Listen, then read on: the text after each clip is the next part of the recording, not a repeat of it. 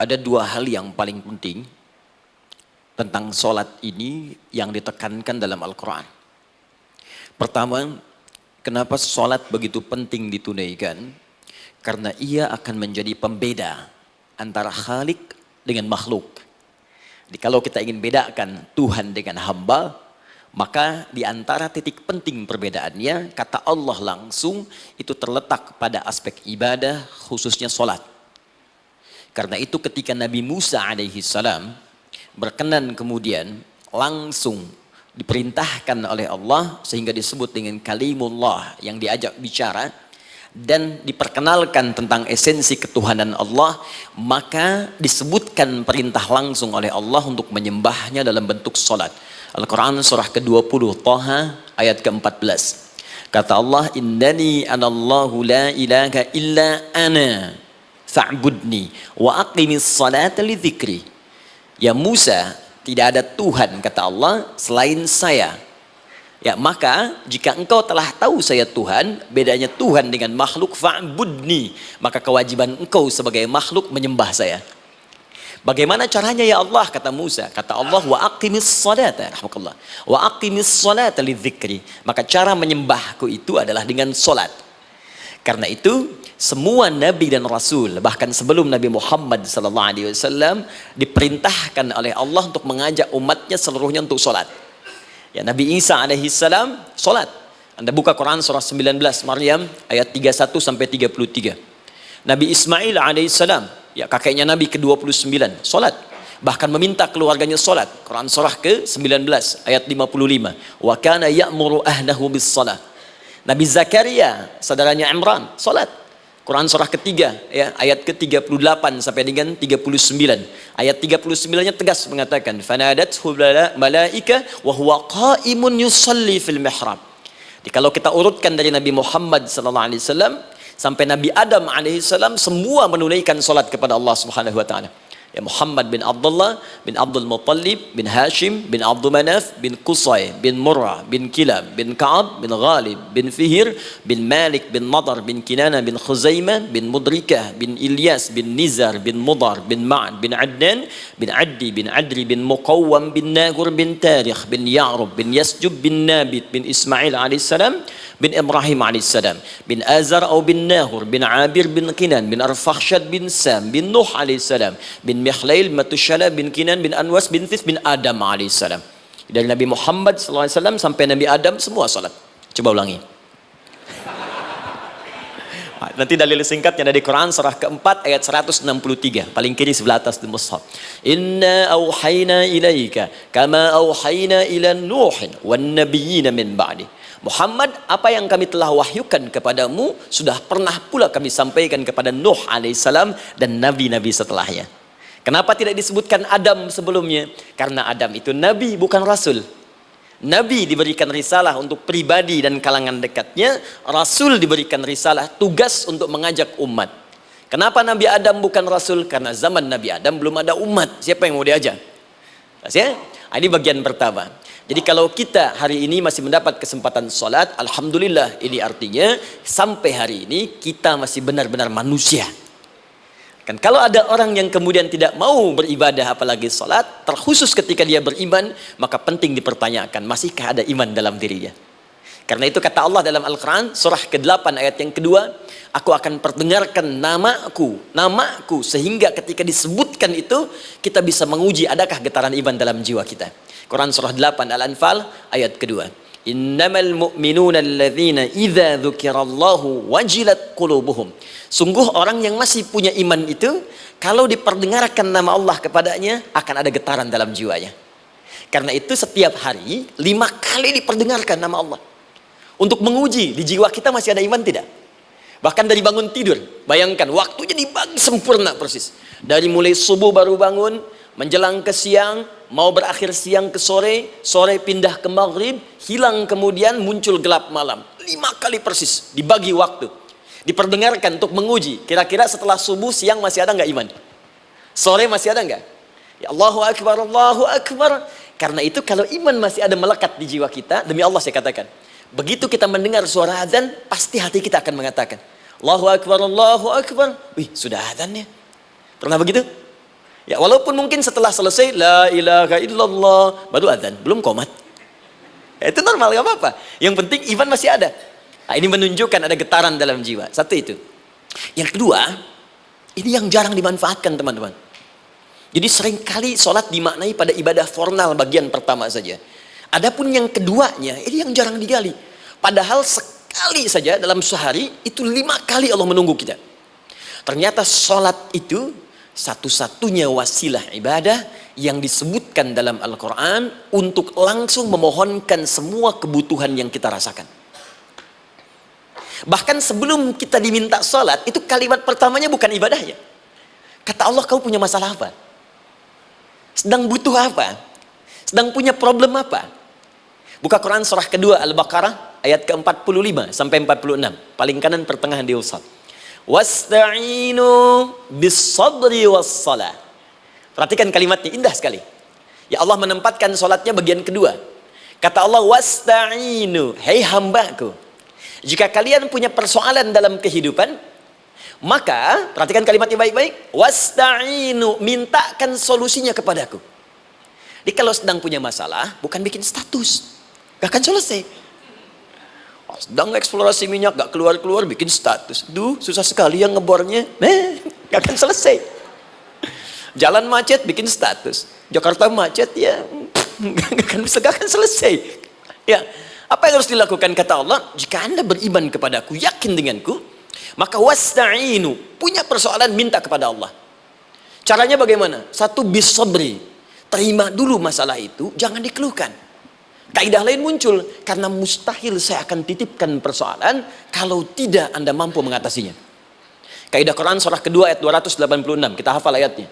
La yukallifullahu nafsan illa usaha. Perhatikan kaidahnya. Allah tidak mungkin menguji seorang hamba di luar batas kemampuannya. Jadi kalau kita sedang punya ujian di rumah kah, pekerjaan kah, kehidupan sosial kah, sebesar apapun ujian itu, kata Allah, memang karena anda yang sanggup. Kalau nggak sanggup gak akan diuji. Di ujian itu berbanding lurus dengan kemampuan. Mustahil seorang hamba diuji di luar batas kemampuannya. Jadi kalau anda sekarang pun sedang punya masalah sebesar apapun, kata Allah, memang cuma kamu yang sanggup, yang lain tidak. Maka jangan mengeluh. Jangan anda katakan, ya Allah, why me? Kenapa saya? Kata Allah, why not? Memang kamu yang mampu, yang lain tidak. Nah, ketika anda bisa menerima itu dengan sabar, baru datang kalimat kedua, wassalah. Kemudian datang, tunaikan sholat dan mintakan solusi kepadaku lewat sholat. Ya, sedikit ya, lihat sini. Saya berikan sedikit uraian Al-Quran. Saya boleh menulis sini? Boleh ya? Ibu, maaf, agak jauh. Ibu kelihatan ini? Oh, belum saya tulis, bagaimana bisa kelihatan? Luar biasa. Cuma di Pertamina, belum ditulis udah kelihatan. Maaf, padahal. Lihat sini, wasta'inu. Baik, ya. Saya ingin sedikit sekali. Ini redaksi Quran itu indah sekali diksinya. Wasta'inu. Lihat sini. Kata Allah, jika anda punya persoalan dalam hidup, maka mintakan solusi. Terima dulu masalahnya dengan sabar, karena kita dipercaya oleh Allah. Gini, cara memahaminya. Allah aja percaya dengan kita. Masa kita nggak percaya diri? Allah yakin dengan kita, kita mampu. Masa kita nggak yakin? Terima dengan sabar. Kemudian wassalah, mintakan solusinya lewat salat. Kata perintahnya dibuka dengan kalimat wasta'inu. Kalau kita ingin rubah kata perintah ini, fi'il amr, ingin dirubah ke dalam bentuk permohonan, minta, maka rubah kalimatnya menjadi nasta'in. Lihat, nasta'in. Baik, wasta'inu, kata Allah, kalian punya persoalan, ayo minta solusi padaku. Terus kita pengen minta, ya Allah kami ingin minta. Maka dalam bahasa Arab, kalau kita ingin merubah kalimat ini ke dalam bentuk permintaan, kita katakan nasta'in. Saya tanya pada anda, pernah nggak dalam sholat kita mengucapkan kalimat nasta'in? Ada? Masih ingat? Baik, apa kalimatnya? Iyyaka na'budu wa iyyaka nasta'in. Perhatikan, iyyaka na'budu wa iyyaka nasta'in. Iyyaka na'budu, iyyaka, ya Allah, engkau perintahkan aku untuk ibadah. Maka sekarang aku ibadah, sholat, hanya kepadamu saja. Kan kata Allah, kamu sholat. Terus kita katakan, iyyaka na'budu. Sekarang kami sholat, ya Allah. Nama lain sholat itu ibadah. Kalau kita ibadah, na'budu. Dari mana tahunya nama lain salat ibadah? Quran surah ke-20 ayat ke-14. Fa'budni wa aqimis salata li dzikri. Ibadah kepadaku caranya salat. Maka saat salat kita katakan iyyaka na'budu. Ya Allah, Engkau perintahkan aku untuk ibadah, sekarang aku ibadah. Wa iyyaka nasta'in. Dan sekarang aku sedang punya persoalan ya Allah. Aku punya masalah. Aku punya problem. Dan aku yakin hanya Engkau yang pasti akan menyelesaikannya. Ketika Anda mengatakan iyyaka nasta'in, perhatikan hadis qudsinya. Hadisnya qudsi. Ya.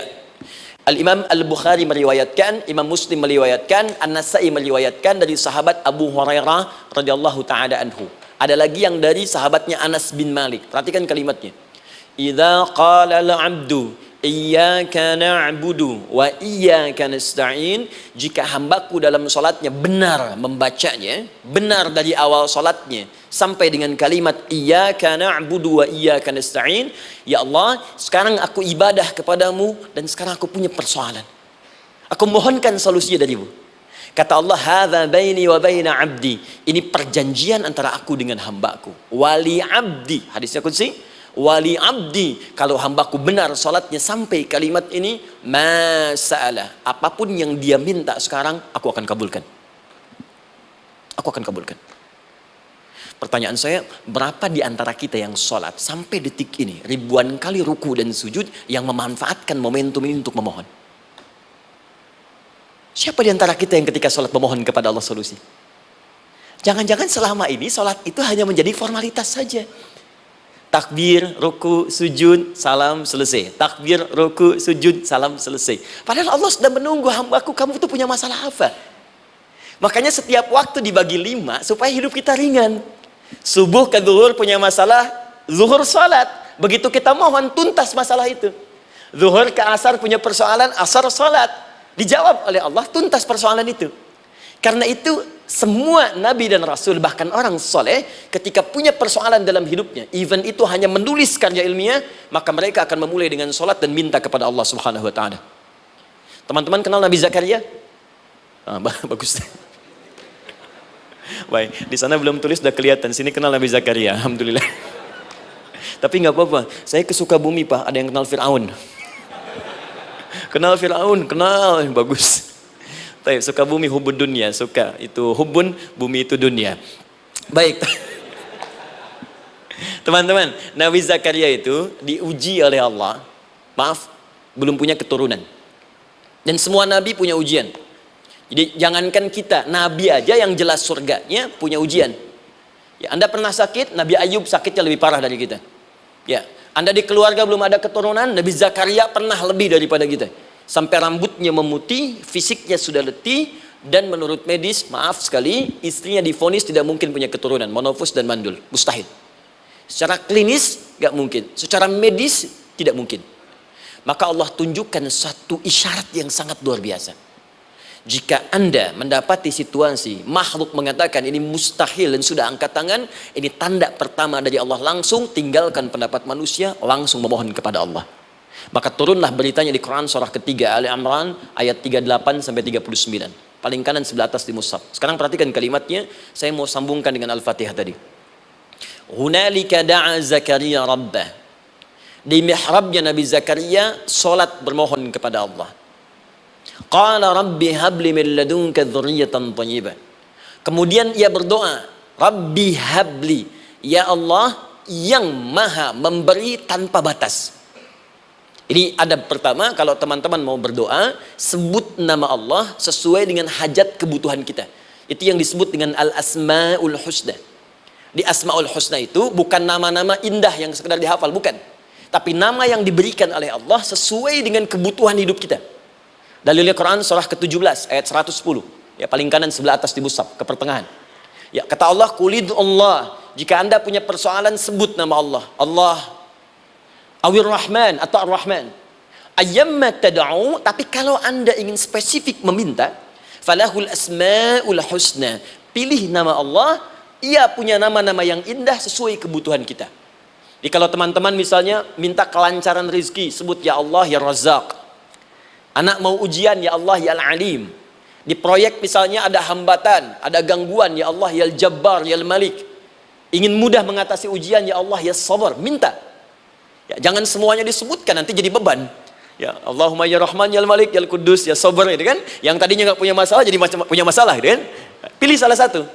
Nah, jika Anda ingin memohon pada satu hal yang mustahil menurut manusia, maka minta dengan menyebut nama Allah yang memberi tanpa batas mustahil di dalamnya.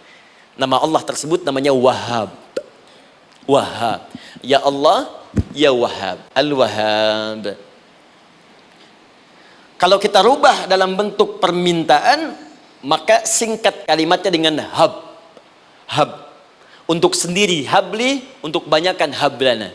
Rabbana hablana min azwajina wa dzurriyyatina qurrata a'yun. Nabi Zakaria minta karena sendiri yang mengalami situasi itu, maka beliau katakan, Rabbi habli, ya Allah habli min ladunka, ya Allah yang tak punya batas dalam pemberian. Mereka mengatakan aku tak akan punya keturunan. Mereka mengatakan mustahil aku punya anak. Dan aku yakin kau memberi batas tanpa memberikan pemberian tanpa batas. Aku mohon darimu saja. Darimu saja. Dzurriyyatan thayyibah, keturunan-keturunan terbaik. Innaka sami'ud du'a. Engkau pasti mendengar doa saya.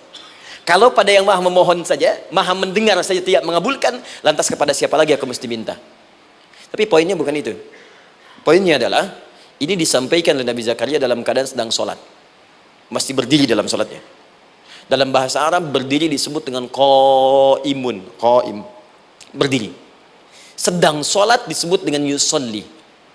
Perhatikan ayat 39-nya. Fanadathul malaikatu wa huwa qaimun yusolli fil mihrab. Maka seketika ketika doanya selesai dipanjatkan, sholatnya belum selesai. Doanya selesai dipanjatkan, seketika datang malaikat menyampaikan, kamu dapat kabar gembira, Anda akan punya anak, bahkan namanya langsung diberikan oleh Allah, Yahya, artinya hidup. Yang mustahil menurut manusia, lahir dari rahim seorang perempuan yang divonis monopos dan mandul, kata Allah, bagiku yang gak ada yang mustahil. Jadi dan hidup dia. Kapan itu terjadi? Masih sholat dan belum selesai dalam sholatnya, dalam keadaan berdiri. Sekarang saya tanya Anda, kita membaca iyyaka na'budu wa iyyaka nasta'in dalam keadaan ruku atau sujud? Sujud, berdiri. Berdiri teman-teman. Betul kan? Dalam keadaan berdiri saat baca Al-Fatihah. Iyyaka na'budu wa saat kita mengatakan wa iyyaka nasta'in, Allah balik bertanya, apa yang kamu butuhkan? Nabi Zakaria itu sholat dulu baru minta. Kita umat Nabi Muhammad karena keutamaan nabinya, sebelum sholat dah ditunggu. Butuh apa? Mau minta apa? Karena itu saya ingin katakan, ayo manfaatkan momentum sholat ini. Jangan sekedar kita kemudian tunaikan formalitas, tapi kita tidak mendapatkan keuntungannya. Ayo, semuanya. Dari mulai takbir sudah ada doa. Ruku ada doa. Bahkan sujud kita bisa perbanyak dalam bahasa hati kita untuk memohon kepada Allah Subhanahu Wa Taala. Jelas sampai di sini? Baik. Mudah-mudahan insya Allah doa kita dikabulkan oleh Allah Subhanahu Wa Taala. Ini baru mukaddimah, kita belum mulai. Ini pengantar. Tema kita hari ini tentang Al-Quran. Dan mudah-mudahan kita diberikan insya Allah kelancaran untuk bahasan kita. Dan topik ini insya Allah akan memberikan banyak manfaat dari apa yang kita kerjakan dalam keseharian kita. Saya mohon izin untuk melambatkan bacaan karena tadi hanya mengantarkan saja. Teman-teman, kenapa mesti Al-Quran? Apa esensi Al-Quran? Dan kenapa Al-Quran diwahyukan pada Nabi Muhammad SAW? Apakah khusus untuk sekedar dibaca? Atau ada satu nilai yang sangat penting yang justru itu mengandung nilai mukjizat yang paling dalam dari Al-Quran? Yuk kita mulai dengan Al-Quran surah kedua Al-Baqarah ayat ke-38, paling kanan sebelah atas. Disambungkan dengan Quran surah kedua ayat 185, paling kiri pertengahan di mushaf. Quran surah kedua ayat 38 dengan Quran surah kedua ayat 185. Saya mulai dari kisah Nabi Adam, saya pelan-pelan. Nabi Adam saat diciptakan oleh Allah, kemudian diberikan informasi bahwa beliau akan bertugas di bumi, beraktivitas di bumi. Disampaikan di Quran surah kedua ayat 30, paling kiri sebelah atas. Wa idh qala rabbuka lil malaikati inni ja'ilun fil ardi khalifah. Kata Allah dan pelajari, ingat ketika kami menyampaikan pada para malaikat, kami akan menugaskan satu makhluk, manusia namanya Adam, di bumi tugasnya. Untuk menjalani hidup di bumi. Nah, secara singkat, setelah Nabi Adam turun ke bumi, di awal masa bersama Sayyidah Hawa, ya alaihi wassalam, maka ternyata bersamaan dengan turunnya Adam dan Hawa ke bumi itu, mereka berdua dibekali petunjuk. Yang dengan petunjuk itu, ini yang dahsyat. Allah jamin semua aktivitas hidupnya, dari mulai yang sederhana sampai yang kompleks, pasti jika diikuti petunjuk ini, dia akan senang menjalaninya dan akan tenang mendapatkan hasilnya. Ya, perhatikan kalimatnya. Quran surah kedua ayat 38. Fokus. Qul nahbitu minha jami'a.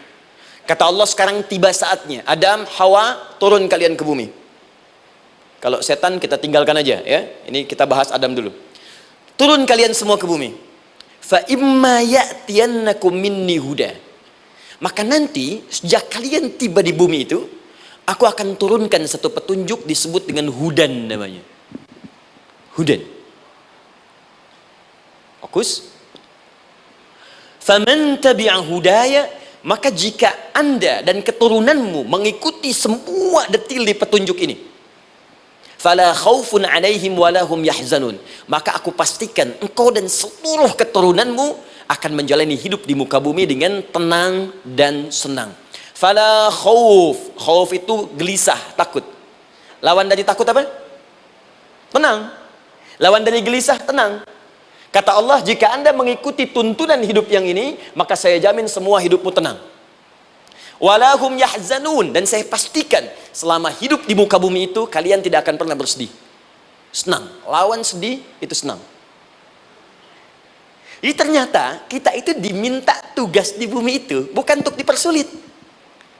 Jadi kalau ada yang hidup sampai saat ini sedih deh, di rumah tangga sedih, di kantor nggak tenang, pasti di antara poinnya bukan nggak mampu senang, tapi boleh jadi yang hidup ini tidak membaca petunjuk kehidupannya. Anda kerja di perusahaan, teman-teman ada yang di Pertamina, ada yang di yang lain. Kalau Anda nggak ikuti petunjuk, kan pekerjaan tidak akan berlangsung dengan nyaman kan? Kalau Anda nggak ikuti aturannya, bagaimana bisa mengerjakan petunjuk itu dengan nyaman? Maka apalagi hidup yang kompleks, kata Allah, sejak Adam saya turunkan, sudah ada petunjuk kehidupan, saya namakan dengan hudan. Anda ikuti petunjuk ini, maka langsung jaminan dari Allah, semua yang Anda jalani dalam hidup, pasti saya jamin senang dan tenang. Petunjuk ini disebut apa? Hudan. Nah, agak cepat. Di setiap masa, Nabi Adam selesai hidupnya, generasi kemudian berkembang, datang lagi Nabi Nuh, sampai ke Nabi Muhammad SAW. Perhatikan baik-baik. Setiap berganti generasi akan turun hudan sesuai dengan kebutuhan masyarakatnya pada saat itu. Baik, Nabi Musa menerima kitab apa namanya? Nabi Musa, Taurat. Taurat disebut hudan dalam Al-Quran. Muncul Nabi Musa, kitabnya disebut Taurat. Perhatikan baik-baik. Tahukah teman-teman ketika Taurat disebutkan dalam Al-Quran? Buka Quran surah ke-17. Ya, ayat yang kedua. Wa ataina Musal kitaba, kami berikan kepada Musa kitab.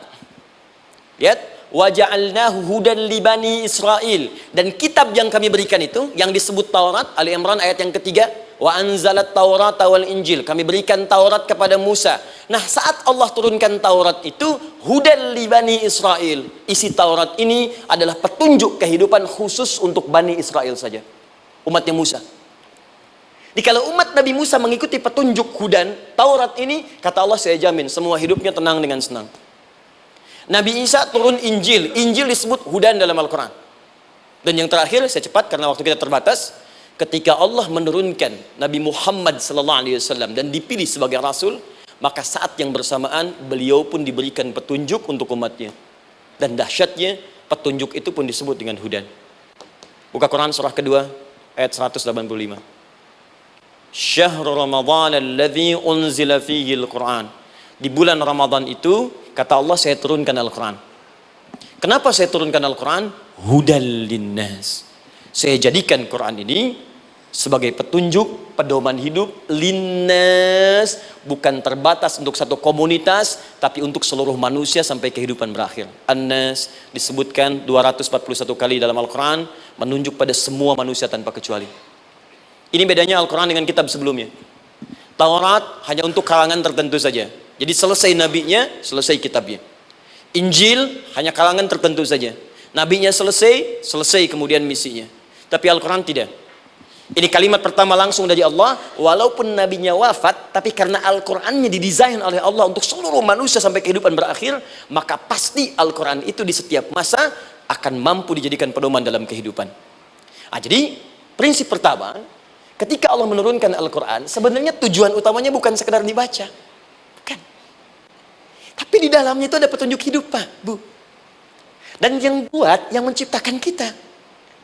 Bukankah Anda kalau ingin memperbaiki sesuatu akan datang kepada penemunya, penciptanya? Anda punya handphone, ada masalah, kan datangnya ke counter handphone. Anda punya mobil, ada persoalan, bukankah datangnya ke dealer? Sekarang kita ingin tahu persoalan hidup kita, ingin tahu gambaran hidup kita, ingin tahu misi dan visi hidup kita. Kemana kita kemudian bertanya? Pada pencipta kita. Nah, kata Allah, ketika saya utus manusia pertama kali ke bumi, saya sudah turunkan bagaimana cara menjalani kehidupannya. Dan ternyata berita baiknya untuk kita diberikan oleh Allah satu petunjuk utuh, langsung disebutkan, isinya disebut dengan Al-Quran. Jadi dari Al-Fatihah sampai dengan An-Nas, dia bukan bacaan biasa. Semua di dalamnya ada petunjuk kehidupan kita dari mulai bahkan dalam kandungan sampai kita wafat kepada Allah Subhanahu wa taala. Kalau diikuti petunjuk ini, langsung turun jaminan dari Allah. Hidup kita pasti akan tenang dan nyaman. Saya bacakan cepat ya, tapi nggak usah ditulis. Nanti kalau teman-teman agak terlambat mengikutinya, Anda buka kembali rekamannya, Anda boleh runtutkan kembali. Saya baca cepat saja, dan ini insya Allah Anda hanya akan temukan dalam Al-Quran. Nanti saya berikan rahasia di akhir sebelum kita akhiri. Yuk, satu, Anda silahkan bandingkan dengan buku manapun, referensi manapun, Anda hanya akan temukan dalam Al-Quran. Dari sejak sebelum lahir, bagi perempuan yang tengah mengandung, langsung Allah berikan tuntunan bagaimana agar kandungan itu berjalan dengan sehat, nyaman, dan mudah ke persalinan. Quran surah ke-7 ayat 189. Perkembangannya bisa diamati dan dicek kemudian, ya, baik ke dokter atau yang lain. Nanti perkembangannya disebutkan di Quran surah ke-22 ayat ke-5. Dirinci lagi di Quran surah ke-23 ayat 11 dari 9 sampai dengan 13.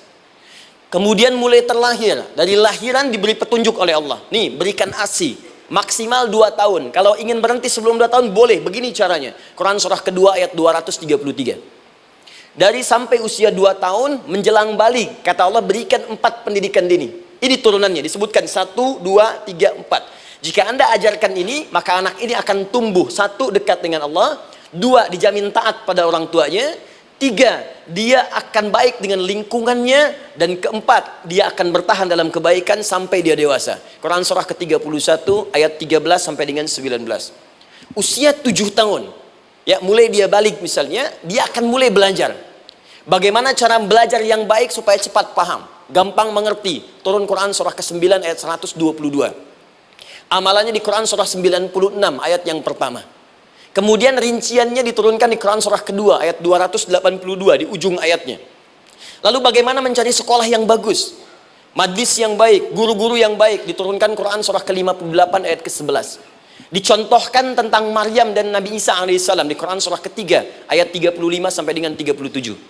Naik lagi, dia mulai dewasa, ya, mulai bergaul, bahkan kadang-kadang merantau, punya tempat komunitas berbeda. Bagaimana supaya dia bergaul tidak terpengaruhi lingkungan yang tidak baik. Maaf ya, kadang-kadang ibu yang sudah mengandung, melahirkan, ayah mencari nafkah, tiba-tiba anak pergi bahkan ke kampus, ke sekolah, dapat teman yang gak bagus, pulang-pulang mengecewakan Anda. Dan bagaimana menemukan tempat-tempat yang baik untuk bisa menjaga perilaku anak ini? Ditemukan nanti di Quran surah ke-49 ayat ke-13-nya. Dirinci perkembangannya di Quran surah ke-12 Yusuf ayat 2 sampai dengan ayat 29-nya. Sampai ketika dia akan mulai kemudian menikah. Kata Allah, pilih pasangan yang baik dengan ta'aruf, berikan mahar yang sempurna. Quran surah ke-4 ayat ke-4. Kemudian dia mulai menikah. Kata Allah, sebelum menikah, pelajari dulu fikih nikah. Banyak orang yang menikah, tapi karena tidak belajar tentang persoalan rumah tangga, apa yang akan terjadi di rumah tangganya. Detil Pak, Bu. Kata Allah ini, kalau kamu berbuat begini akan ada miskomunikasi. Kalau ada miskomunikasi persoalannya akan begini, solusinya begini. Maka diturunkan dasarnya di Quran surah ke-30 ayat 21, detailnya di Quran surah ke-4 ayat 34 sampai dengan 35. Paling kiri sebelah atas sampai dengan ke tengahnya. Anda berlanjut, diterangkan oleh Allah, hei, tugas suami saat mulai pertama kali menikah, maka tugas yang pertama siapkan untuk mencari nafkah. Bagaimana caranya ya Allah? Diturunkan oleh Allah. Satu, jangan takut kehilangan rezeki. Jangan pernah mencuri, jangan pernah ngambil punya orang, karena punya kamu akan saya berikan sempurna. Kamu ngambil punya orang, maka kamu akan menyulitkan diri sendiri. Itu akan dikembalikan pada yang berhak. Ya, turun Quran surah ke-51 ayat 22. Dirinci, begini cara nyarinya. Quran surah kedua ayat 168. Kalau Anda ingin cepat baru bergerak, rizkinya sudah dapat. Quran surah kedua ayat 172. Ada yang dahsyat, dia belum keluar, rizkinya yang mendatangi dia. Jadi nanti di Al-Quran ada 8 jenis rizki. Di antara yang paling hebat, ada yang belum Anda datang, rizkinya sudah menjemput. Ada orang mendatangi rizki, ada rizki mendatangi dia. Contoh, Al-Imam Asy-Syafi'i sedang berdiskusi dengan Imam Malik, gurunya. Kata Imam Asy-Syafi'i, Syekh, rizki itu mesti saya cari dulu, baru kita dapat. Kata gurunya, ya Syafi'i, ada rizki yang cukup kita beramal dekat kepada Allah, dia akan datang tanpa kita cari dengan ikhtiar manusia. Kata Syafi'i, mustahil. Kata Quran kan kita kerja dulu baru datang. Kata Imam Malik gurunya, kamu yang belum sampai, kita amalkan ini, rizki datang. Maka berhenti sampai di situ. Imam Syafi'i pamit. Di jalan tiba-tiba beliau mendapati ada panen anggur, Pak, Bu. Terus dipanggil sama yang punya kebun. Ya, pemuda katanya, sini, mau bantu nggak? Kalau kamu bantu, kami berikan anggurnya. Maka beliau bantu panen, petik, sampai setelah selesai diberikan anggur yang besar-besar, hanum. Senyum, senang beliau. Ternyata senangnya bukan karena dapat anggur. Senangnya karena merasa pendapatnya benar. Kalau saya nggak bantu panen ini, nggak akan dapat saya anggur. Cuma karena saya bantu, saya diberi ini. Maka rasa senangnya inilah dibawa kemudian kepada gurunya, ingin laporan. Tapi perhatikan adabnya. Dia tidak mengatakan, guru, nih saya benar. Kalau saya nggak ikut panen, nggak dapat saya ini. Perhatikan kalimat Asy-Syafi'i. Guru, tadi saya di jalan, dipanggil oleh pemilik kebun, ikut panen anggur. Begitu saya bantu, saya diberikan anggur ini. Beliau tekankan dengan kalimat yang kencang pada kalimat, begitu saya bantu, saya dapat anggur ini. Imam Malik tersenyum mengatakan, Masya Allah Syafi'i, luar biasa. Ini siang begitu panasnya, tadi saya mau keluar ngajar, terfikir di benak saya, Allah, kalau ada anggur yang besar-besar, enak rasanya. Tiba-tiba kamu datang bawa anggur. Di Imam Syafi'i kerja dapat sesuatu, Imam Malik terfikir sesuatu, datang rezeki. Itu ada di Quran surah ke-7, teman-teman, ayat ke-96, paling kanan sebelah atas di mushafnya. Baik, teruskan dulu. Ya, Anda dalam mencari kerja, ingat, kalau Allah yang sampaikan pasti terjadi. Jangan dikira mudah. Kata Allah akan ada persaingan, akan ada kadang-kadang singgungan, akan ada tantangan, maka mulai petakan tantangan apa yang akan Anda lalui saat Anda mulai mencari nafkah itu. Maka turun Quran surah kedua ayat 214, paling kanan sebelah bawah. Am hasibtum an tadkhulul jannata. Hei, apa kamu mudah begitu saja mengira akan sukses dalam pekerjaanmu? Bahkan bisa diartikan surga, ingin masuk surga. Walamma ya'tikum mathalul ladzina khalau min qablikum. Sebelum engkau diuji seperti orang sukses dulu pernah sukses. Lihat mereka. Enggak ada orang sukses yang instan. Cuman balikan telapak tangan dapat, tidak. Kata Allah, lihat orang-orang dulu.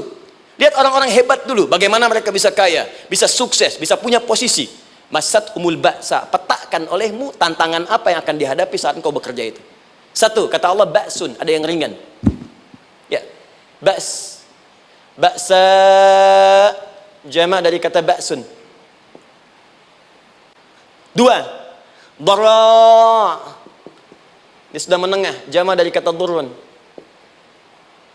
Tiga, zilzal. Ini yang paling tinggi puncaknya. Jadi kalau Anda sudah mendapatkan ini, yakinlah, berarti Anda akan mendapatkan posisi yang tinggi. Karena mustahil orang besar diuji dengan ujian yang kecil. Zilzal, ini bagian ketiga. Ba'sa, ba'sun, mulai. Kira-kira tantangan-tantangan ringan apa saja yang akan Anda hadapi? Ya, kalau saya contohkan misalnya dengan contoh yang lain singkat, Anda mau ke masjid, ingin konsisten, mulai hijrah, ingin dekat dengan Allah, tiba-tiba yang tadinya nggak mau ke masjid, mulai ke masjid, diuji dengan hujan. Hujan kecil, rintik-rintik, shower.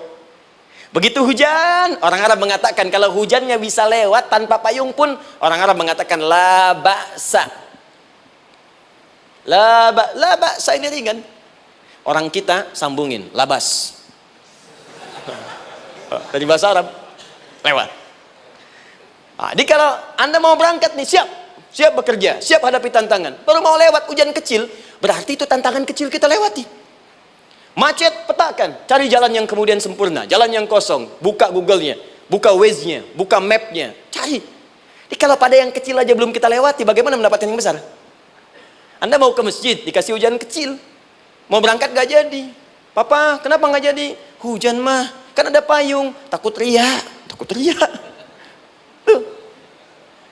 Setelah itu darwa, maaf, tantangan fisik. Kadang-kadang mulai ke fisik, mulai mengganggu. Ya, maaf, dirincikan kemudian oleh Al-Quran. Turun Quran surah ke-21, ayat 87 sampai 88, kisah Nabi Yunus alaihissalam. Yunus beraktivitas, bekerja, bukan berarti nggak ada tantangan. Kadang-kadang dibawa, kadang-kadang diusir, kadang-kadang Anda dapat misalnya proyek, kadang-kadang sudah mulai masukkan tender, tiba-tiba gagal, diserobot orang, kadang-kadang orang yang dapat, Anda yang ngajukan, itu biasa. Kata Allah itu biasa, bukan cuma Anda, yang lain pun ada. Bukankah Allah ajarkan kisah Sayyidah Hajar alaihissalam dengan Ismail? Bukankah bolak-balik naik Safa Marwah, kadang di atas, kadang di bawah, kadang lihat peluang sampai Marwah ternyata bukan air.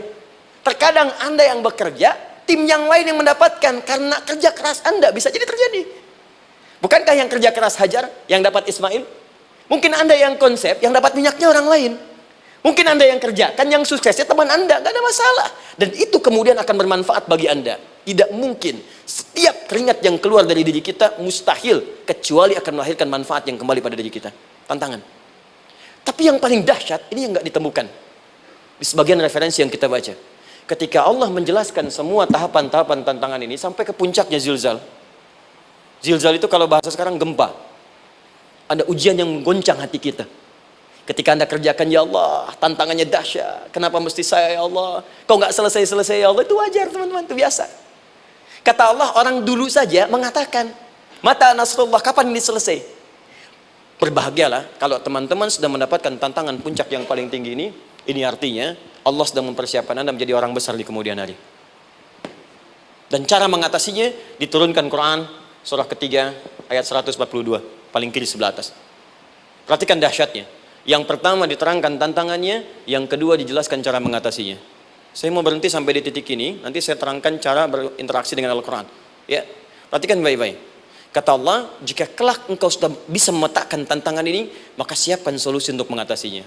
Ayatnya dibuka dengan kalimat yang sama persis.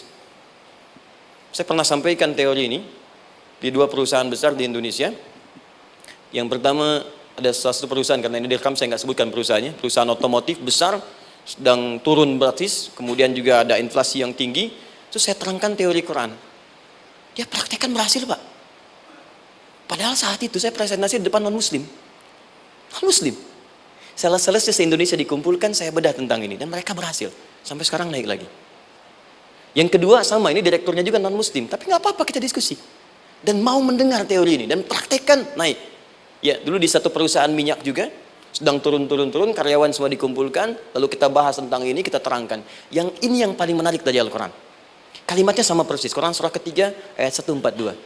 Am hasibtum an tadkhulul jannata. Apa Anda duga akan begitu mudah mendapatkan kesuksesan dalam hidup? Tolong fokus baik-baik. Jangan selalu mengartikan jannah dengan surga. Karena asal kata jannah itu artinya kesuksesan, kebahagiaan yang belum tampak. Surga, kenapa disebut dengan jannah? Karena itu puncak kebahagiaan kita yang belum nampak sekarang. Saya kasih rahasia ya, ini di antara kita saja nih. Kalau ada kata jim dengan nun di depannya, itu pasti tidak nampak, tersembunyi. Apapun tambahannya. Ya, misal, jin kenapa disebut dengan jin? Karena memang ketika diciptakan, dia tidak tampak, tersembunyi. Lawannya ins, karena itu kita disebut ins, karena saat lahir kita tampak. 18 kali disebutkan dalam Al-Quran. Ya ma'syaral jinni wal ins, wa ma khalaqtul jinna wal ins. Jadi jin disebut jin karena memang fitrahnya tersembunyi, gak nampak. Jadi kalau ada jin melakukan penampakan, itu jin sedang kena masalah, sedang keluar dari fitrah. Sama dengan manusia, harusnya tampak. Jadi kalau ada manusia yang senang sembunyi-sembunyi, dia sama dengan, bukan saya yang bilang, sedang punya masalah. ke kantor sembunyi-sembunyi. Hati-hati Pak Alfian tuh. Biasa ada pintu depan, masuk pintu belakang. Suami di rumah buka WA sembunyi-sembunyi. Bu, hati-hati tuh.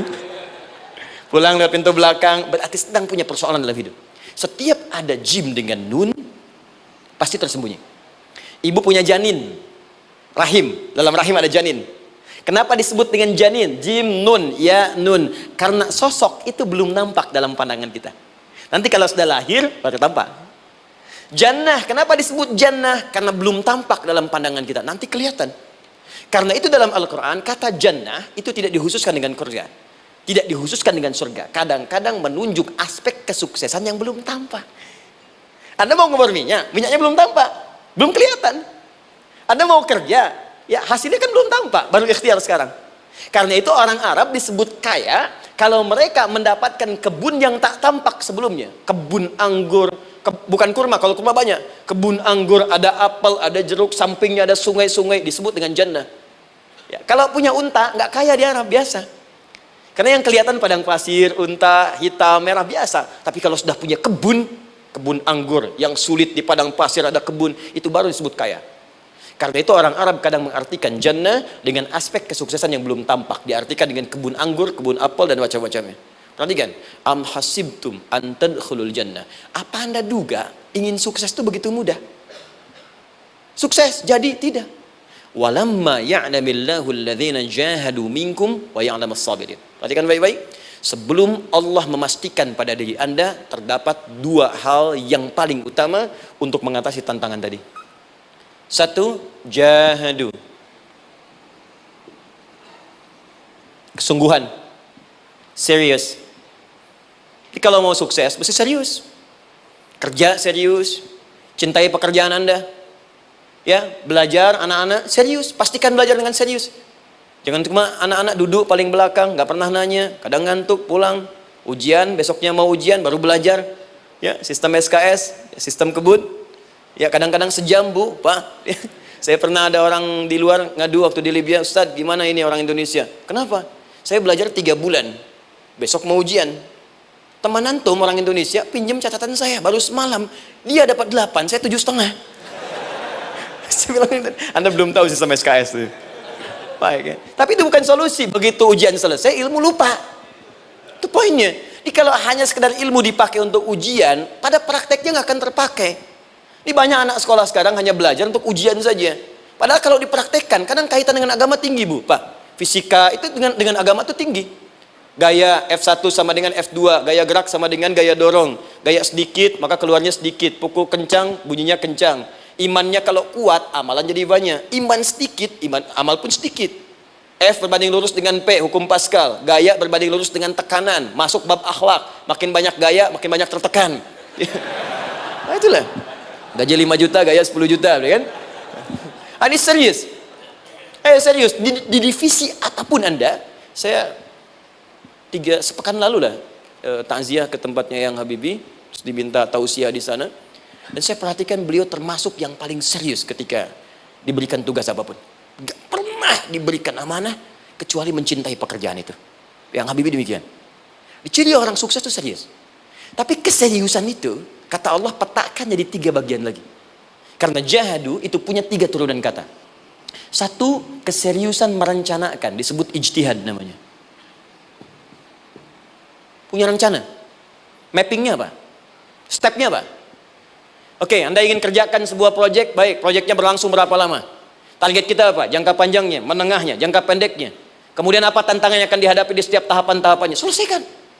Bahkan saking pentingnya tahap perencanaan ini ditunjukkan oleh Allah langsung lewat sholat.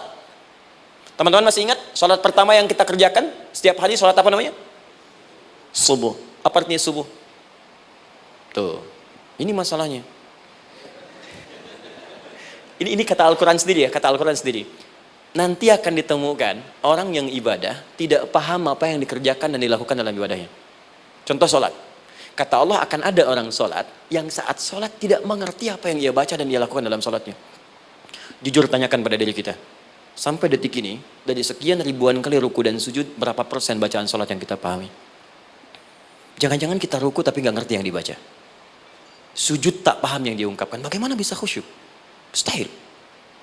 Maka kembali ke sini, kenapa sholat pertama itu disebut dengan subuh? Teman-teman, ternyata semua nama sholat dari subuh sampai isya, plus bacaan dan gerakan dari takbir sampai salam, itu bukan sekedar gerakan semata. Semua ada artinya, ada maknanya. Dan diajarkan oleh Nabi langsung. Subuh disebut dengan subuh. Ada dua kata. Satu, fajar, Quran surah ke-17 ayat 78. Inna Qur'an al-fajri kana mashhuda. Kedua, subuh di surat At-Takbir. Was subhi idza tanaffas. Kenapa disebut fajar? Fajar itu pancaran positif, pancaran kebaikan. Jadi kalau yang baik disebut fajar, kalau yang jelek disebut fujur. Fujur ada di Quran surah 91 ayat 7 sampai 8. Wa nafsi wa ma sawwaha fa alhamaha fujuraha wa taqwaha. Fujur itu rambatan gelombang buruk yang muncul dari nafsu. Ya, ditembuskan ke elemen tubuh kita. Misal gini. Tiba-tiba pengen marah. Ya, di tubuh kita mengatakan melotot, maka ini ada pancaran di hati kita nyambung kemudian ke mata. Ini rambatan dari sini ke mata disebut fujur namanya. Mau ke tangan pukul, masuk ke tangan. Itu rambatannya disebut fujur namanya. Ya. Yang baiknya disebut fajar. Ya, misal saya ingin sholat, tiba-tiba hati mengatakan sudah azan, merambat ke kaki, cepat melangkah. Cepat wudhu. Nah, itu rambatannya disebut fajar namanya. Atau infajar. Ini pasti ada, ya. Fujur nama lainnya nafsu. Disebutkan 115 kali dalam Al-Quran. Takwa, rambatan fajar, sumbernya takwa. Disebutkan 115 kali dalam Al-Quran. Di jiwa kita ada takwa, ada nafsu. Takwa yang dorong malaikat, disebutkan 88 kali dalam Al-Quran. Nafsu yang dorong setan, disebutkan sama 88 kali. Di setiap Anda akan mengerjakan satu hal, pasti akan yang mendorong pada yang baik, akan mencegah dari yang baik itu nafsu. Pasti itu. Pak Alfian mau tanda tangan proyek. Tiba-tiba disodorkan, Pak, ini Pak, kok begini proyeknya? Perbaiki, karena ada yang nggak beres. Tapi fee-nya lumayan Pak, 1 miliar. Nggak bisa, jiwa takwa mengatakan jangan terima Pak.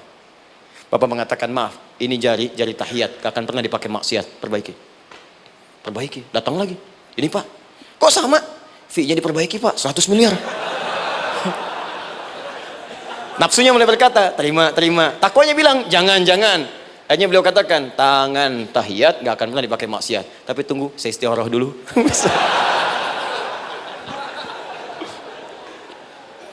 Nah, waktunya, ini salatnya disebut fajar. Kenapa disebut fajar? Karena saat kita tidur, terus dengar suara azan, Allahu Akbar, maka memancar dari iman kita, rambatan untuk merespon suara itu. Bangun kita untuk menunaikan salat.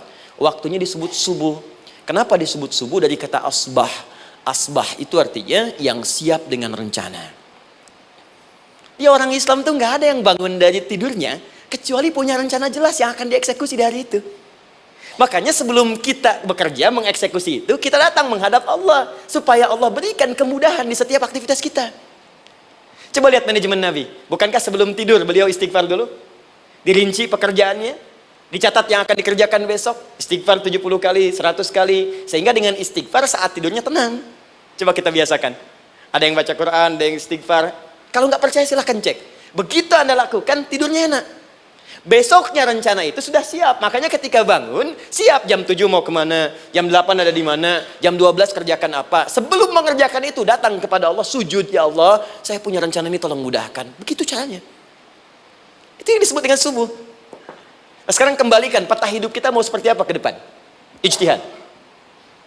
Yang kedua, kalau sudah jelas konsepnya, visinya sudah ada, maka jihad. Yang kedua, jihad. Jihad itu eksekusinya, aksinya, actionnya, perjuangan fisiknya. Rencananya apa? Tahajud malam nanti. Bismillah. Jam berapa? 2:30. Baik, yuk kita mulai rencanakan. Eksekusi rencananya. Bagaimana cara kita bangun 2:30? Pasang alarm. Jam berapa alarm dipasang? 3 kali. Pertama 1:30, kedua 2 kurang 1/4, ketiga jam 2 lewat 1/4. Baik. Alarm pertama untuk mematikan alarm kedua. Alarm kedua matikan alarm ketiga. Ketiga siap-siap. Baik. Siap bangun. Jihad. Awas, ini penting ya. Jihad itu jangan dipersempit maknanya kepada situasi peperangan saja, tidak. Banyak jihad itu luas sekali medannya. Karena jihad itu perjuangan fisik. Dan maaf sekali, dalam konteks perang pun bukan menyerang orang, tapi membela diri saat diserang. Di Islam itu bukan agama ekspansi. Cek di sejarah, nggak ada Islam menyerang. Yang ada itu membela diri saat diserang. Atau saat orang lain dizalimi dan kita diminta untuk terlibat, kita membantu. Ini bukan dalam konteks sekarang yang banyak dibincangkan, tembak orang, bom orang, nyerang orang, bukan. Itu waktu kejadian bom Tamrin itu pertama, saya di Lampung posisinya. Itu begitu meledak, duar. Pertanyaan pertama Pak di Majelis Taklim, Ustadz, apakah bom di Jalan Tamrin termasuk jihad fisabilillah? Saya bilang, Pak, sependek pengetahuan saya, jihad fisabilillah itu jihad di jalan Allah, bukan di Jalan Tamrin. Kaidahnya beda. Nah, misal mencari nafkah itu jihad. Cari nafkah jihad. Quran surah keempat ayat 34, paling kiri sebelah atas. Tugas pertama ketika menikah, kata Allah, ar-rijalu qawwamuna 'alan nisa. Setiap lelaki itu diminta oleh Allah untuk mengatur bagian rumah tangganya. Jadi pemimpin di rumah tangganya. Ya bima faddalallahu ba'dahum 'ala ba'din, karena diberikan kemampuan untuk memimpin. Di pemimpin itu ada di suami. Dan ciri khas pemimpin, Bu, biasanya ciri khas pemimpin apa, Bu? Bukan tegas, bukan. Ciri khas pemimpin itu tidak mau dipimpin. Makanya kalau ada sesuatu, masukkan lewat usulan, jangan beri saran. Kalau saran susah, itu pemimpin. Baik, tapi yang paling luar biasa kata Allah, perhatikan kalimatnya indah sekali. Wa bima anfaqu min amwalihim. Saya berikan tugas untuk mencari nafkah. Ketika seorang lelaki bertugas mencari nafkah, ingat ya, konteks apapun, kalau perempuan nanti bekerja bukan nafkah poinnya. Bisa hobi, ya, bisa aktivitas, tapi nafkah kalau sudah menikah itu ada pada suami. Perempuan tidak. Kalaupun tidak dilarang perempuan bekerja, tidak. Sayyidah Aisyah mengajar, ada yang para sahabiah jadi perawat, ya, ada yang pengajar. Banyak dulu sahabat Nabi yang perempuan mengajar. Ya, kan ada pelajaran-pelajaran khusus perempuan. Ya, ada bagian perawat, ada dokter. Ini kan yang ngandung perempuan, masa yang periksa laki-laki? Ya, ada bagian perempuan tertentu. Itu silahkan bekerja boleh, tapi nafkah laki-laki. Begitu lelaki meniatkan pekerjaannya karena Allah untuk mencari nafkah, itu setiap langkahnya jihad fisabilillah. Wafat syahid. Maaf ya, apakah selama Anda bekerja sudah diniatkan ibadah? Jangan-jangan cuma kerja aja. Kalau cuma kerja, apa bedanya Anda dengan yang belum beriman? Anda wafat juga. Kerja di gedung yang sama, berangkat menemukan kemacetan yang sama. Apa bedanya iman kita dengan yang lain? Satu, kita pasti wafat, pasti pulang. Dan kita nggak bisa pilih, ya nggak bisa pilih. Antum bisa duluan, saya belakangan mungkin. Atau ditukar, saya belakangan, Anda duluan mungkin. Atau memang saya bisa duluan, ya, duluan menyolati Anda. Oke, paham ya? Jadi ibu di rumah jihad, Bu, pada anak, perawat, mengandung itu sudah jihad. Jadi kalau wafat dalam proses saya melahirkan atau sedang mengandung itu syahid. Itu jelas nggak ada perbedaan pendapat. Anak-anak yang sekolah niatkan ibadah, Bu, Pak. Mohon maaf ya, mesti ada bedanya. Iman kita di rumah mesti itu terpancar kepada anak-anak. Ajarkan mereka sekolah yang baik. Pilih sekolah yang mengajarkan sholat, mengajarkan baca Quran. Sekarang banyak kok. Fisikanya bagus, Qurannya bagus, kimianya bagus, sholatnya juga bagus. Cari. Kalau bisa dunianya bagus, akhirat bagus, kenapa hanya pilih dunia saja? Siapkan. Itu jihad. Terakhir, tidak mudah mengeksekusi ini. Pasti ada tantangan yang ketiga. Namanya mujahadah. Mujahadah. Tantangan mengatasi gejolak jiwa. Kadang-kadang malas, capek, ya, belum eksekusi dilakukan, sudah berdebat pada yang tidak penting, sehingga tidak menghasilkan kesimpulan, ragu-ragu, khawatir, maka atasi semua itu. Turun Quran surah kedua ayat 216. Kutiba alaikumul qitalu wa huwa kurhul lakum. Kalau engkau sedang tidak nyaman, maka perangi ketidaknyamanan itu jika engkau ingin mendapatkan kesuksesan yang telah engkau cita-citakan. Asa an takrahu syai'an fa huwa khairul lakum. Boleh jadi apa yang engkau tidak rasakan sekarang, engkau rasakan gak enak, gak nyaman, di balik itu Allah sedang siapkan sesuatu yang lebih baik untukmu. Wa asa an tuhibbu syai'an fa huwa syarrul lakum. Mungkin yang engkau harap-harap sekarang, boleh jadi itu belum baik untukmu sekarang.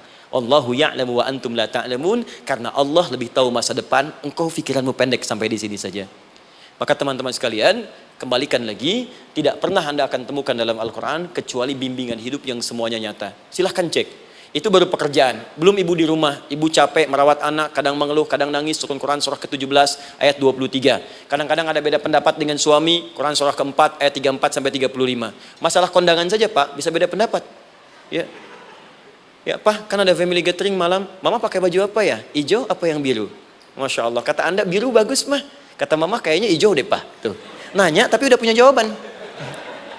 Ya, bagus kalau dipakai, begitu keluar kuning.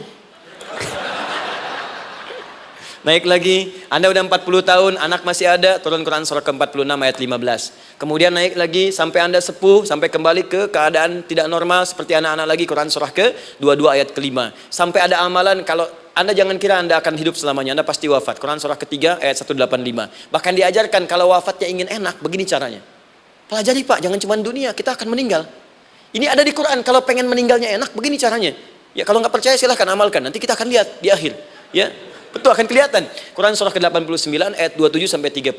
Kalau kalian nggak pelajari ini, silahkan kata Allah, saya berikan yang ini yang kedua sambil dipukulin malaikat. Quran surah ke-8 ayat ke-50. Sampai di alam kubur dijelaskan, kalau nanti Anda wafat, Anda pindah ke alam kubur, kalau ingin di kuburnya terang, nyaman, banyak rezekinya, lakukan amalan Quran surah ketiga ayat 169 sampai 172. Tapi kalau Anda abai, Anda akan seperti Firaun dulu. Setiap pagi sampai petang ditampakkan neraka. Quran surah ke-40 teman-teman sekalian disampaikan oleh Allah langsung ya dari ayat 45 sampai 46 ya. Sampai terjadi kiamat disampaikan Quran surah ke-75. Sampai dihisab, ada yang masuk surga tanpa hisab, Quran surah kedua ayat 25.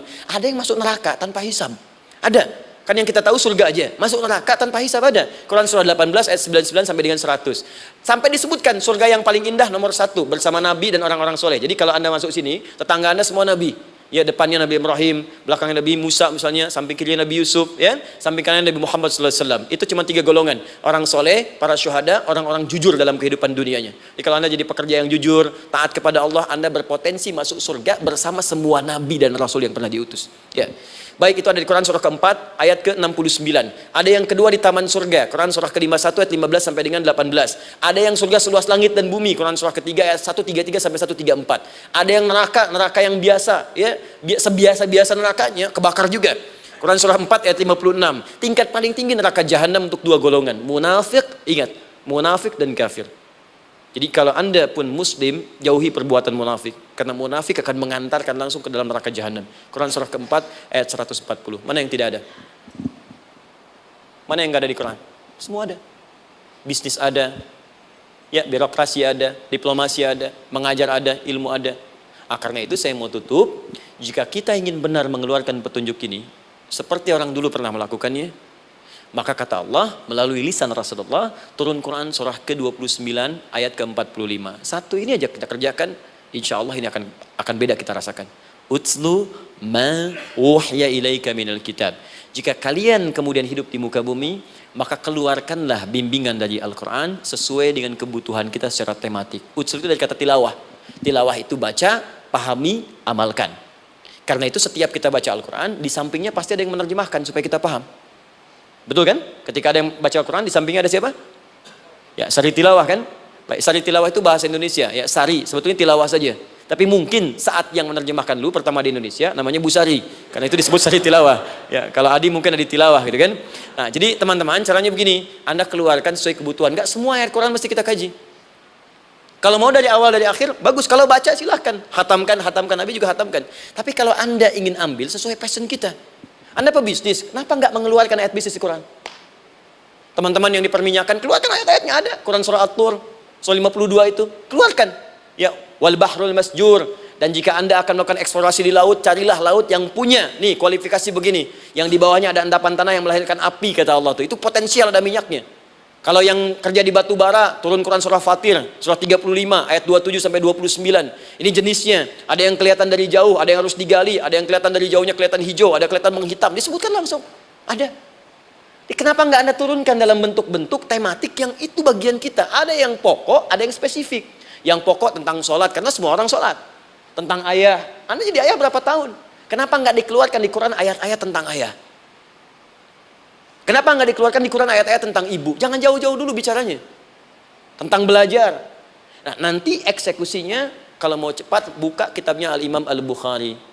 Ada kitab hadis, saya akhiri, yang dikarang oleh Al-Imam Al-Bukhari dan sangat populer. Apa nama kitabnya? Kalau hafal saya kasih hadiah. Apa kitab Imam Al-Bukhari yang populer? Ya.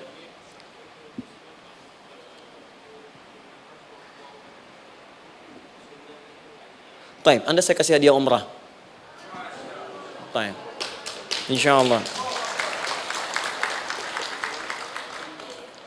Januari awal, insyaallah ada yang kami hadiahkan umrah dari atlet peraih Asian Games. Ya, Anda boleh ikut nanti. Ya, ada juga saya senang saya cinta dengan bangsa ini. Jadi ada peraih Asian Games medali emas yang kemarin, itu akan kita berangkatkan umrah semua peraih medali emasnya. Nanti gelombang pertamanya bulan Januari ya 2020 nanti, sekitar 3 bulan lagi insya Allah Anda nanti akan mengikuti. Ada juga nanti dari kalangan Polri, ada TNI juga yang akan ikut dan saya sertakan. Baik. Al-Jami As-Sahih Al-Musnad Al-Mukhtasar min umuri Rasulillah sallallahu alaihi wasallam wa sunanihi wa ayyami. Itu namanya. Ayo ulangi. Disingkat Sahih Al-Bukhari. Kenapa saya bacakan lengkap? Bukan karena singkatannya, tapi banyak orang sekarang baca buku, baca kitab hanya langsung ke isinya. Padahal setiap ulama ketika menuliskan judul kitabnya, itu pasti ada petunjuk di dalamnya. Kata Imam Al-Bukhari, Al-Jami As-Sahih, kitab ini saya buat sebagai petunjuk umum miniatur kehidupan Nabi yang bisa kita ambil hikmahnya sekarang. Jadi kalau kita pengen tahu bimbingan Nabi di masa lalu, supaya kita terapkan sekarang, buka kitab saya ini. Semuanya mustad bersambung kepada Nabi. Sahih saya pastikan, saya teliti satu-satu. Al-Mukhtasar, saya persingkat, gak bertele-tele. Nah ini poinnya. Min umuri Rasulullah SAW wa sunani wa ayyamihi. Ini semua pekerjaan Nabi selama 24 jam. Secara singkat saya tutup dibagi 97 pembahasan. Setiap 97 pembahasan, satu babnya itu berisi bimbingan hadis-hadis Nabi. Di situ ada bab tentang bisnis, kitabul tijarah. Bab tentang ilmu, kitabul ilmi. Bab bahkan tentang sakit, kalau pengen cepat sembuh apa? Kitabul marid. Bab tentang pemerintahan, kitabul imarah. Bab tentang penguatan iman, supaya naik gak turun-turun, kitabul iman. Anda tinggal pilih profesi apa, cari Sahih Al-Bukhari, harganya murah. Maaf, dibandingkan pulsa Anda pun masih murah kitab Al-Bukhari. Ya, beli 4 jilid cuma 350.000 yang bahasa Arab saja. Ya, kalau mau terjemahan, cari terjemahannya. Ya, dapatkan itu, keluarkan babnya sesuai profesi kita. Itu ketika dibuka kitab ini, yang pertama muncul ayat Quran dulu. Ini ayatnya, ini hadisnya. Ini ayatnya, ini hadisnya. Teman-teman gak usah baca semuanya, keluarkan passion Anda apa, di situ belajar. Sebulan saya belajar ini, besok saya pindah lagi. Sebulan topik ini, besok ke topik yang lain lagi. Saya kira insya Allah kalau itu kita terapkan dengan baik, maka Al-Quran akan hidup dalam seluruh aktivitas kita dan mudah-mudahan keberkahan akan diturunkan oleh Allah Subhanahu Wa Taala. Ya, tidak cukup dengan amin, mulai dulu. Ya, mulai dulu, petakan dulu, eksekusi dulu. Saya kira itu yang saya sampaikan. Anda punya hak dan kewajiban. Hak Anda sudah dapatkan dan kewajiban kita semua untuk kembali beraktivitas. Saya mengucapkan terima kasih atas undangan dari pihak Pertamina untuk Anda seluruhnya. Saya ingin tanya, kalau jamaah di sini ada berapa kurang lebih? Kurang lebih yang rutin 500 ada 550. Baik, nanti saya hadiahkan mushaf sebanyak 550. Ya, dan itu nanti setiap ada kajian atau zuhur salat Anda bisa baca di sini, baca mushafnya. Kemudian yang kedua, saya nanti berikan buku untuk bacaan. Ya, itu buku yang saya berikan insyaallah tentang manusia. Jangan-jangan selama ini kita jadi manusia, kita tidak tahu mau kemana kita. Ya, itu saya keluarkan dari Al-Quran langsung, seperti apa Allah menerangkan tentang kemanusiaan kita. Saya juga hadiahkan sejumlah yang sama 550. Nanti satu orang bisa mendapatkan satu-satu. Dan terakhir barangkali mau hafal Quran? Oh mau, baik. Alhamdulillah. Alhamdulillah. Saya berikan mushafnya yang spesial. Nanti kita mulai dengan 10 juz dulu ya. Nanti saya berikan At-Taisir yang 10 juz. Itu ada mudah untuk bisa menghafal Quran. Mulai dari 10 juz dulu, nanti bisa disempurnakan. Saya berikan 550 Quran khusus untuk dijadikan sebagai hafalan. Nanti cara menghafalnya bisa dibuka saja di YouTube. Nanti di situ ada cara kami menjelaskan. Dan bulan depan kita ada karantina akbar. Jadi menghafal Quran dalam 30 hari. Alhamdulillah angkatan pertama sudah selesai. Ada yang hafal 24 hari, 23 hari. 30 juz, bukan juz 30 ya. Ada yang 30 hari. Ya, ada juga. Sekarang sedang gelombang kedua. Mudah-mudahan di Pertamina ini juga insya Allah dalam proses bekerja ada juga yang menghafal dan hafal Quran insya Allah ya. Saya kira itu, nanti pulang dari sini dikabari. Kalau ada mobil disiapkan, kalau tidak ada kami juga coba antarkan. Nanti kami siapkan dan mudah-mudahan bisa bermanfaat untuk teman-teman. Kalau ada yang bisa saya lakukan untuk bersinergi di sini untuk membuat teman-teman lebih dekat dengan Allah, sampaikan dan saya dengan senang hati. Ya, saya datang sendiri, tulis sendiri, nerangin sendiri, ngapus sendiri, gitu kan. Terus juga berikan apa yang Anda butuhkan. Kalau dengan semua itu Anda belum juga dekat dengan Allah, ya saya harus bagaimana lagi gitu kan. Baik. Kita berdoa, mudah-mudahan doa kita dikabulkan Allah. Ada 3 cara berdoa. Pertama cukup dengan hamdalah kalau singkat. Kedua kalau ada perselisihan, kifaratul majlis. Dan yang ketiga, kadang Nabi berdoa, sahabat mengikuti dalam momentum yang khusus. Saya ingin menggabungkan ketiganya. Mudah-mudahan dengan itu keberkahan diberikan luas kepada kita semua. Alhamdulillahi Rabbil Alamin, hamdan syakirin, hamdan na'imin, hamdan yuwafi ni'amahu yukafi mazida. Ya Rabbana lakal hamdu wa lakal syukru kama yanbaghi li jalali wajhikal karim wa li 'azimi sultanik. Allahumma salli wa sallim wa barik ala rasulikal karim nabiyyikal amin sayyidina Muhammadin wa ala alihi wa sahbihi ajma'in. Allahumma rabbana la tada' lana fi maqamina hadha wa fi kulli maqamin dhanban illa ghafartah. Ya Allah, kami mohon jika ada satupun di antara kami saat ini yang hadir membawa ya Allah dosa-dosa dalam dirinya, jangan biarkan yang meninggalkan tempat ini kecuali Engkau telah ampuni segala dosa-dosanya. Wala hamman illa farajtah. Ya Allah, jika ada di antara kami yang tengah hadir saat ini ada kegelisahan dalam jiwanya, maka mohon jangan biarkan yang meninggalkan tempat ini kecuali Engkau telah tenangkan keadaan hatinya. Allahumma wala asran illa yassartah. Ya Allah, jika ada di antara kami yang tengah mengalami kesulitan baik di pekerjaannya, kehidupan rumah tangganya, maka dengan keikhlasan amalnya ya Allah angkat dan ringankan segala kesulitannya. Allahumma wala maridan illa syafaitah. Jika ada di antara kami yang tengah Engkau uji dengan penyakit seberat apapun, maka mohon angkat dan sembuhkan segala penyakitnya. Allahumma yassir lana umurana wa la tu'assir alaina. Ya Allah, mudahkan semua urusan kami, jangan berikan kadar ujian yang tidak kami sanggup mengatasinya ya arhamar rahimin. Allahumma alif baina qulubina, ati anfusana taqwaha wa zakki anta khairu man zakkaha anta waliyuha wa maulaha. Ya Allah, mohon lembutkan hati kami untuk saling bersaudara dalam kebaikan, jauhkan kami dari perpecahan ya Allah, dan bersihkan jiwa kami agar kami bersih keadaan jiwa untuk bisa beramal dalam kebaikan dengan mendapatkan ridhamu. Allahumma rabbana atina fid dunya hasanah wa fil akhirati hasanah wa qina adzabannar. Ya Allah, kami mohon anugerahkan segala kebaikan di muka bumi ini yang mampu kami raih, dan berikan kami segala kemuliaan di akhirat yang mampu kami dapatkan, dan mohon jauhkan kami dari segala ya Allah murka dan neraka-Mu. Allahumma barik lana ya Allah fi ailatina wa fi amalina ya Allah wa fi kulli ya Allah hayatina. Ya Allah, kami mohon anugerahkan keberkahan dalam kehidupan keluarga kami, di kantor, di pekerjaan kami, dan seluruh tahapan kehidupan yang akan kami lalui. Bi fadlika subhana rabbika rabbil izzati amma yasifun wa salamun alal mursalin. Subhanakallahumma wa bihamdika asyhadu an la ilaha illa anta nastaghfiruka wa natubu ilaik wa akhiru da'wana alhamdulillahi rabbil alamin. Thumma assalamu alaikum warahmatullahi wabarakatuh.